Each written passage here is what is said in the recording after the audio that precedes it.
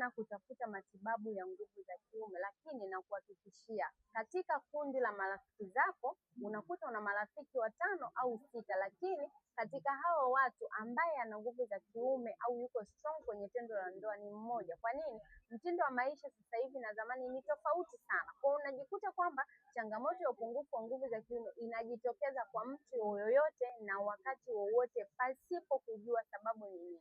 Hivyo ukiwa ni wewe unapitia hiyo hali ya kuwahi kufika kileleni, unashindwa kurudia tendo la ndoa au hisia zinapotea baada tu ya maandalizi, maumbile yako yanalala na yanashindwa kabisa kusimama tena kwa mara nyingine, au una muda mrefu mpaka sasa hivi hujashiriki tendo la ndoa kwa sababu tu maumbile yako hayasimami, ninayo programu ambayo imewasaidia wanaume wengi sana wenye changamoto kama yako. Kwa hiyo usiendelee tena na hiyo aibu. Unachotakiwa kufanya ni kuchukua namba, kuwasiliana nami, nikupe programu ndani ya siku 30 uweze kuondokana na hilo tatizo. Kwenye hii